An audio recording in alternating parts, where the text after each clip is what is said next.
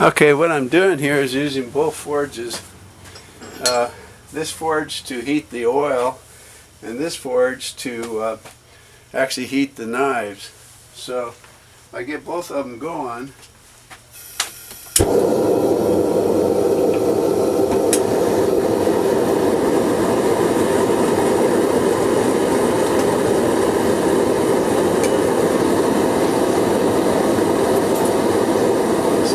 I still have to do the last heat treat part before the real heat treat to get it just a little bit below non-magnetic.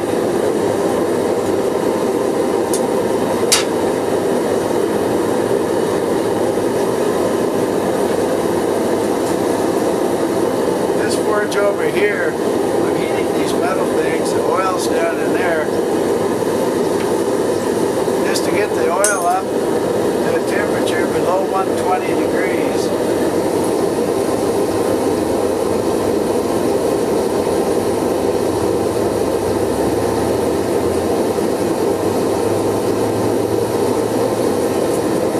Using parts 50 oil.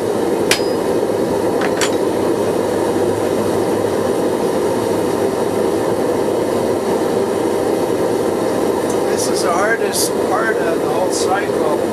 It's just getting it below magnetic. It's easy to get it above.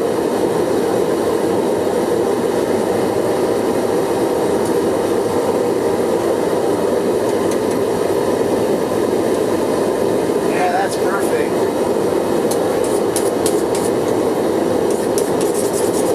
So I'll let that cool off. My other knife here is a replica of a Green River knife. Nice long blade. That's why I have to use this forge. The little one over there, it just isn't quite big enough to get the whole blade heated at the same time.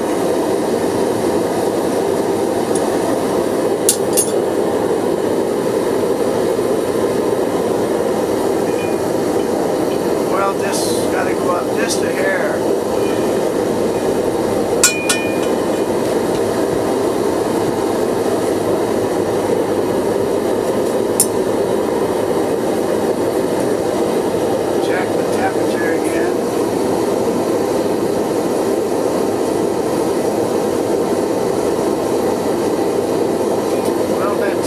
So I'm going to wait a minute or two.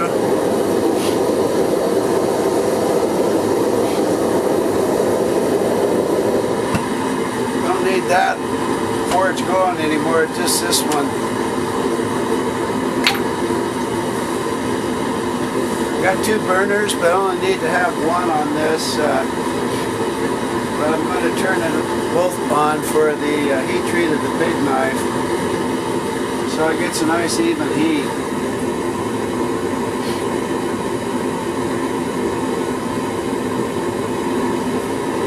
I'll turn you off because I gotta wait a little bit before the oil gets cool enough again. Okay, oil is just right, so I'm gonna do the big knife first.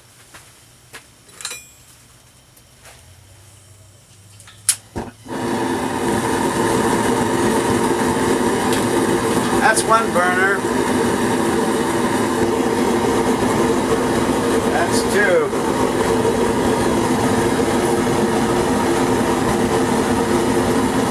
Move you over this way a little bit. Maybe I can move you down just a hair. You see the part of the top of the oil that I'm going to dunk it in.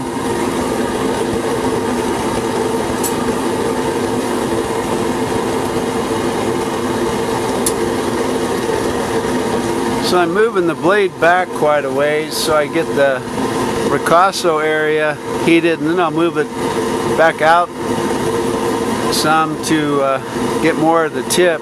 Hopefully the back burner is heating up toward the tip as well. I need to get it all above non-magnetic, or above magnetic I mean, to dunk it in the Parks 50. So you'll get to see it. It'll flame up over here, but you can't quite see the oil bath.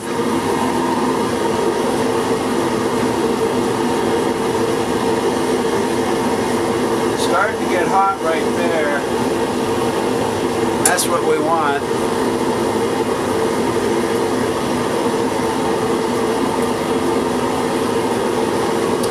I got a cloth down here. I wipe the knife off.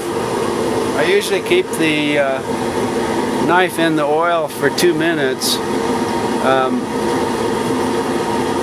for 1095 steel. They recommend longer, but it's a little bit hard. Now it's getting nice and hot right here. Not quite above magnetic though. Getting close.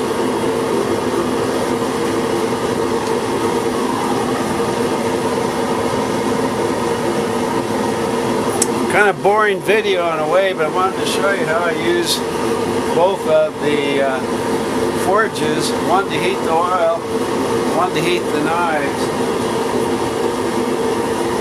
There we go, now it's getting hot. Now I'll get the tip part hot. The ricasso area should stay hot enough. That forge can get up to really hot stuff. It can get up to welding temperature if you want.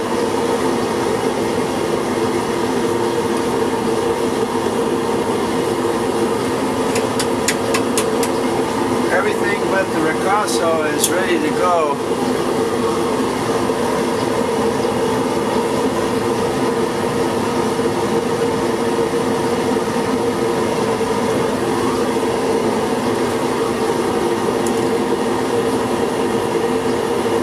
Tip a little bit more. That's where this forge comes in handy. Get everything hot. Checking for magnetic here. Can't see that part. Got you focused in this area.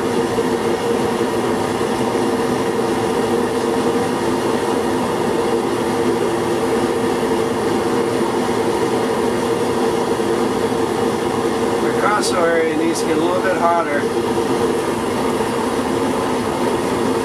Yep, it's almost ready.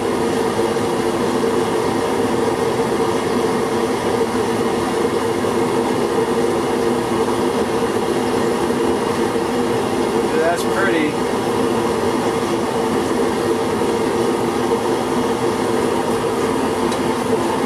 Not quite hot enough in the ricasso. Back just a hair. See if I can move you toward where the oil really is here.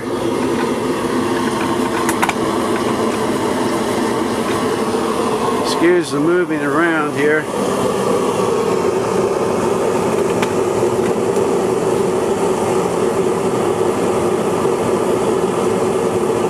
There we go.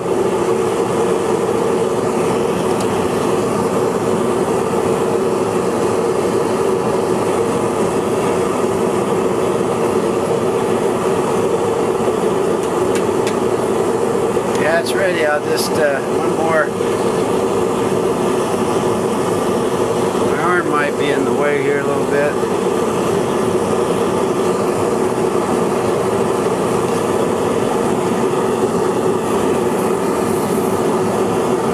Turn off the forge. Don't have to yell that way. I move the knife back and forth this way. I don't move it sideways. I've heard that's not a good idea. You get the oil swirling and you don't want that. This knife will not quite go all the way down in the oil. It's about a 5.5, 6-inch blade. So it's a little bit long total. But that's the process. I'll turn you off really. I used the small forge to heat this oil. At the same time I heated the knives in the big forge. It's a pretty efficient way to do it if you have the two forges. Thanks for watching. So a little bit about what I did. I have the knife here in the vise, and it's cooled down completely.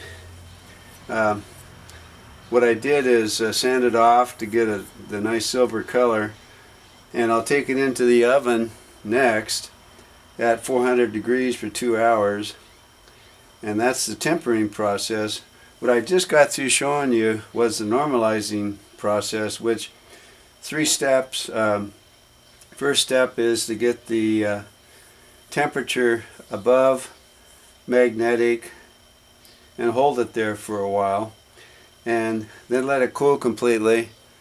Then the second step is to get it just above magnetic and hold it, and then let it cool down to air temperature. And then the last step is to get it just below magnetic and let it cool.